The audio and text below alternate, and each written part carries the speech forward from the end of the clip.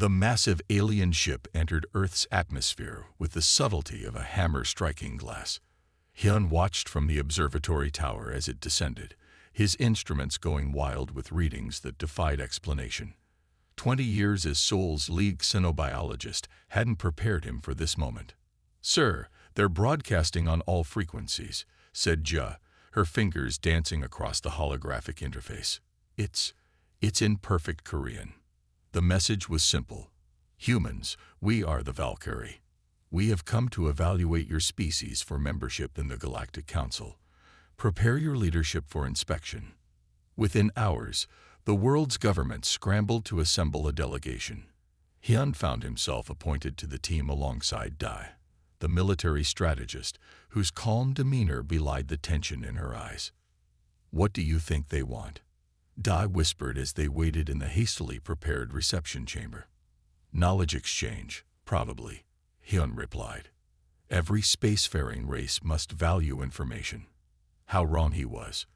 The Valkyrie emerged from their ship, tall, graceful beings with iridescent skin that shifted colors with their movements. Their leader, who called himself Talon, approached the human delegation with what passed for a smile on his alien face. "Fascinating," Talon said, circling Hyun slowly. "You've achieved so much despite your limitations." "Limitations?" asked the UN secretary. "Your species' inability to process pain properly," Talon replied. "Most evolved species overcome such primitive responses, yet you cling to these sensations." Hyun noticed something in Talon's tone, not contempt exactly, but something close to pity. He felt his pride stir. "Pain serves us well," Hyun said. "It warns us of danger." Talon's skin flashed a deep purple, precisely why evolved species eliminate it. "Pain is inefficient, but no matter, we will help you overcome this evolutionary setback." As they left the meeting, Da gripped Hyun's arm tightly. "Did you hear that? They think we're defective." Hyun nodded slowly, watching the aliens return to their ship. "Something tells me they don't understand us at all." The Valkyrie evaluation began with a series of tests. Hyun and his team were invited aboard their ship to witness the process. The vessel's interior was a marvel of biotechnology. Living walls that pulsed with energy, doors that opened at the merest thought. "Your civilization relies heavily on physical controls," observed Sora, a female Valkyrie scientist. Her skin rippled with patterns of blue and green as she spoke. "How inefficient." "We find tactile feedback useful," replied Hyun, watching as Gia documented everything with her camera. Sora's head tilted. "Because of your pain response, you need the sensation." The tests proceeded for days. The aliens measured human responses to various stimuli, cataloged their emotional reactions, and studied their social structures. Throughout it all, Hyun noticed a recurring theme: the Valkyrie's fascination with human resilience. During one particularly grueling examination, Dai was asked to hold her hand in ice water. The Valkyrie watched, puzzled, as she maintained her composure despite obvious discomfort. "You could stop the test," Sora noted. "I could," Dai replied through gritted teeth, "but then how would we know my limits?" Later, in private quarters assigned to the human delegation, Hyun gathered with the others to compare notes. "They keep focusing on pain responses," Min said, the young psychologist frowning at his data tablet. "It's like they can't understand why we haven't eliminated pain from our experience." "Maybe they can't feel pain," suggested Ja. Hyun shook his head. "No, it's more than that. I think they've engineered it out of themselves. They see it as primitive." Dai looked up from her own notes. "You know what's strange? They seem almost envious when they watch us endure discomfort." "Envious?" Hyun repeated. "Yes," she said. "Like we have something they've lost." 3 weeks into the evaluation, Hyun made a breakthrough. While analyzing Valkyrie biological samples, he discovered something remarkable. Their nervous systems showed evidence of extensive genetic modification. "Look at this," he said to Ja, pointing to his findings. They've engineered their pain receptors to transmit data without the accompanying sensation. So they feel nothing? She asked. Not exactly. They receive the information. This is damaging, but without the emotional or physical distress. It's pure data. The implications were staggering. The Valkyrie hadn't evolved naturally beyond pain. They'd modified themselves to bypass it.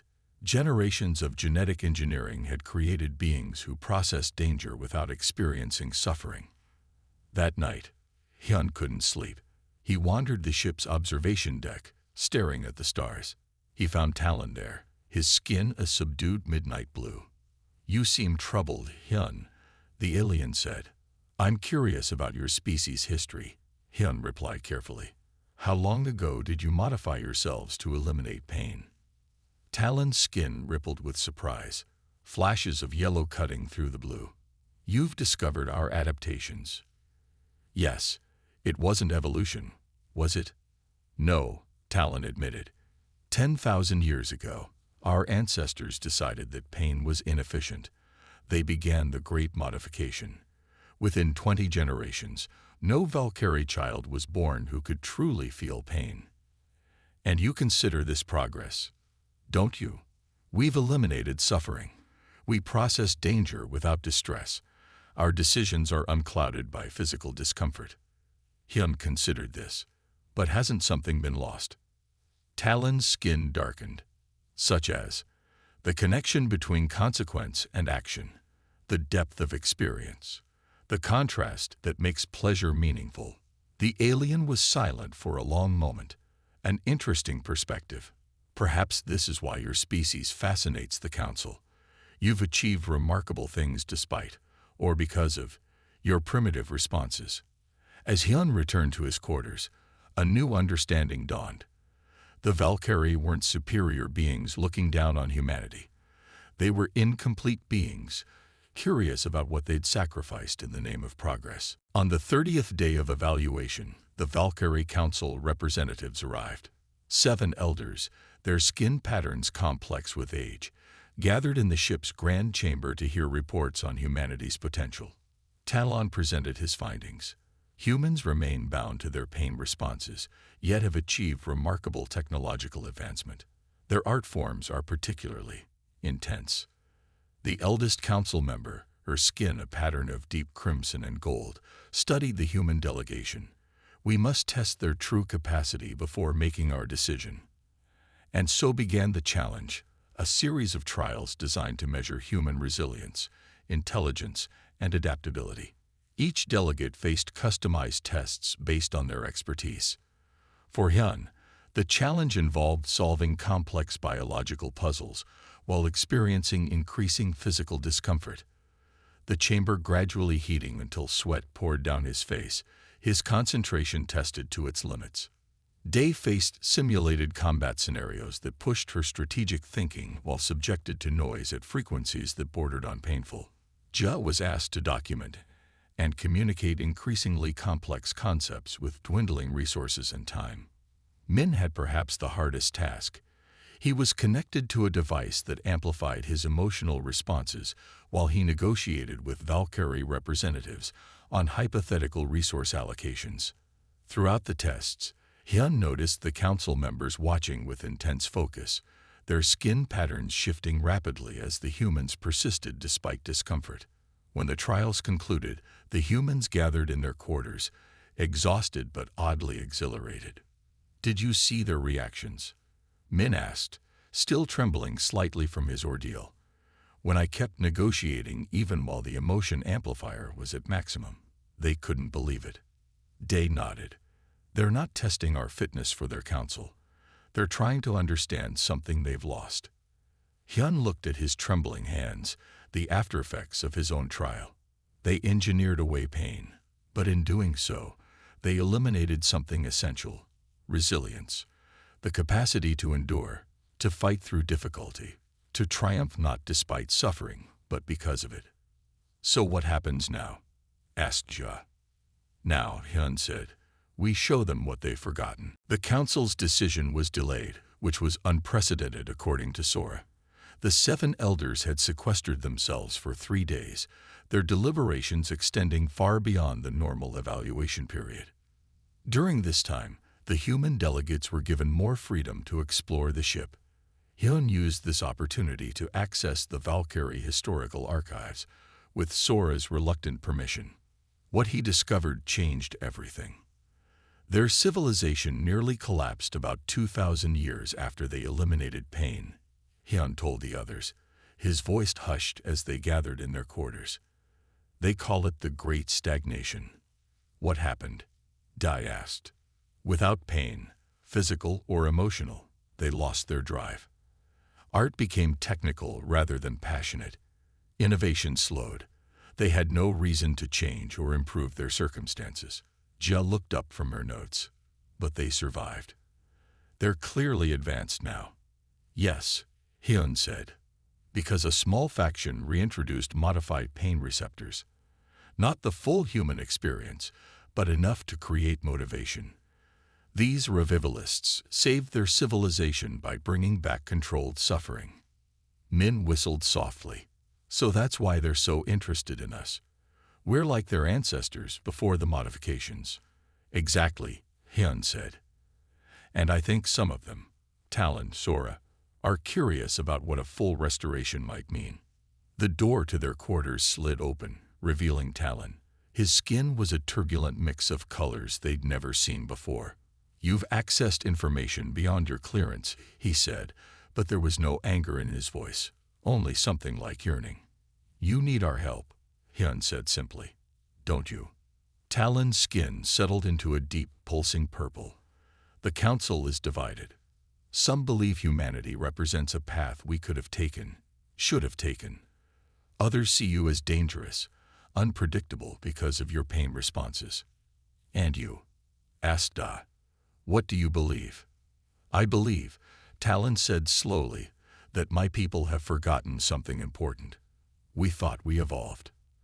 Perhaps we only ran away. The Valkyrie homeworld, Valkar, orbited a distant star in the Cygnus constellation.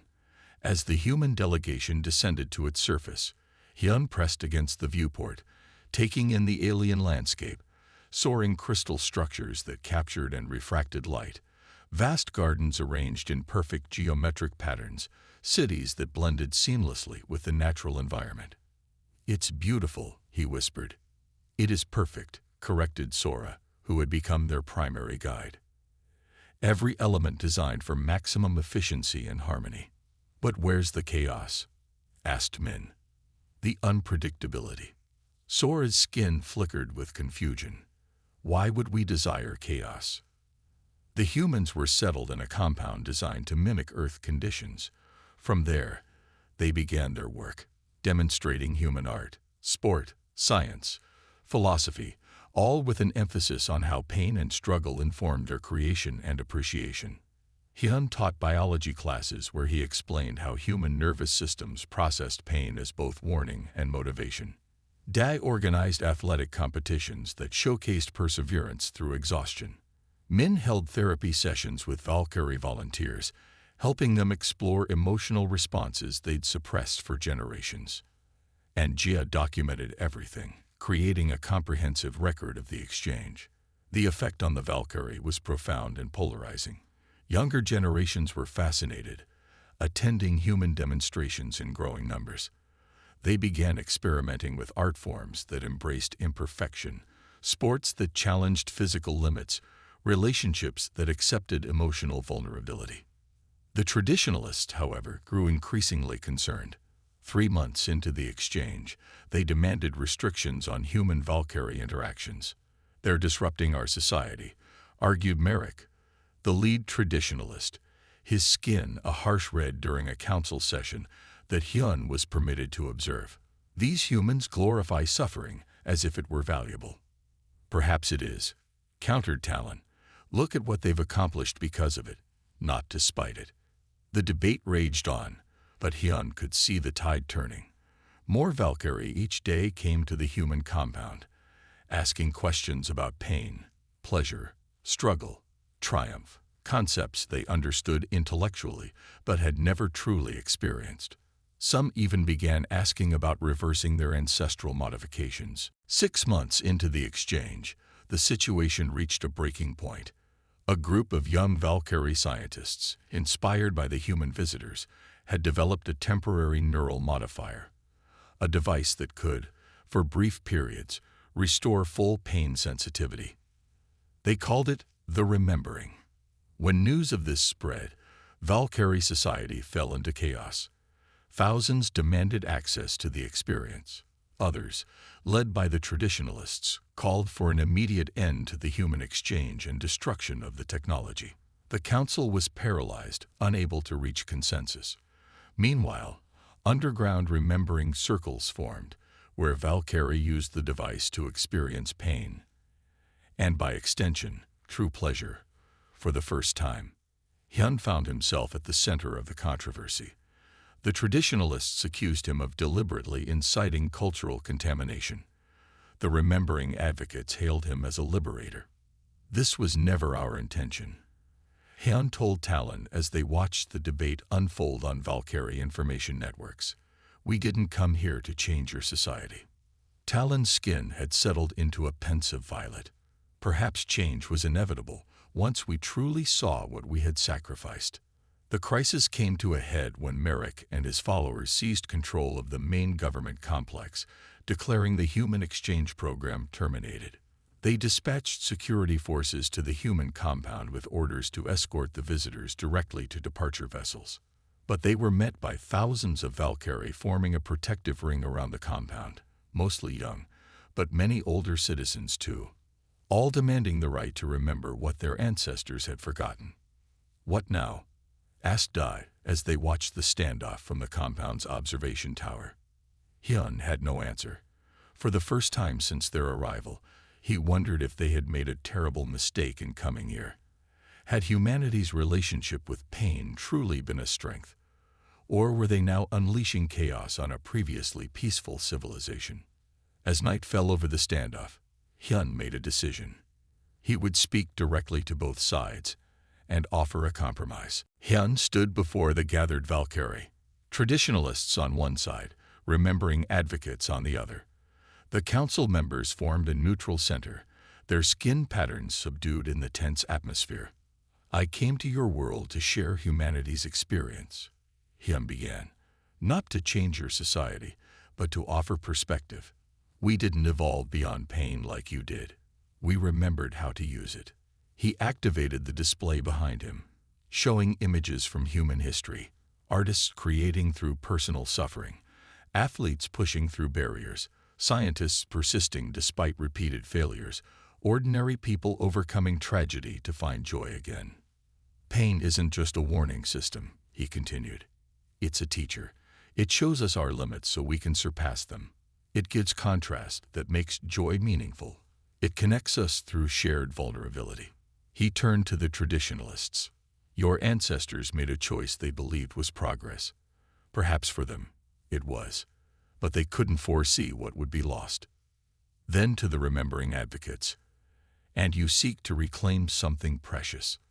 But remember, pain without purpose is just suffering. Humans don't celebrate pain itself, but what we accomplish through it." Silence fell across the gathering. Then, slowly, Talon stepped forward, his skin now a calm, clear blue. "We propose a new path," he announced. "Not mandatory remembering, nor forced forgetting. Choice." The plan was elegant in its simplicity. The neural modification technology would be made available to any Valkyrie who wished to experience the full range of sensation. But it would remain temporary, allowing each individual to choose when and how they engaged with pain, and by extension, with deeper pleasure. Some would choose to live as their ancestors had before the Great Modification. Others would maintain the traditional Valkyrie existence. Many would find a middle path. In the years that followed, Valkyrie society transformed. Not overnight, but gradually. Art became more vibrant. Innovation accelerated, and perhaps most importantly, their understanding of other species, particularly humans, deepened immeasurably. The Galactic Council, once skeptical of humanity's primitive relationship with pain, now recognized it as a different kind of advancement. Not an evolution away from discomfort, but a sophisticated integration of it into a meaningful existence. On the day Hyun and the human delegation prepared to return to Earth, Talon met him at the departure bay, his skin glowing with a warm golden hue. "You've changed us," the Valkyrie said. "You were already changing," Hyun replied. "We just reminded you of what you once knew." Talon extended a hand, a human gesture he had learned. "They thought you evolved. You just remembered how to enjoy the pain." Hyun smiled and clasped the offered hand. "Not the pain itself. What lies on the other side? Growth, connection, triumph. The things that make life worth living." As the human ship rose from Valkar, Hyun watched the crystal cities recede below.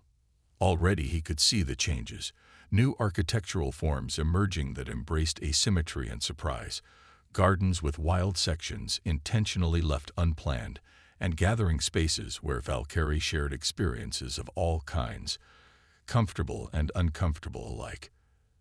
They hadn't evolved beyond pain. They had evolved to use it, and in doing so had become more fully alive than they had been for 10,000 years.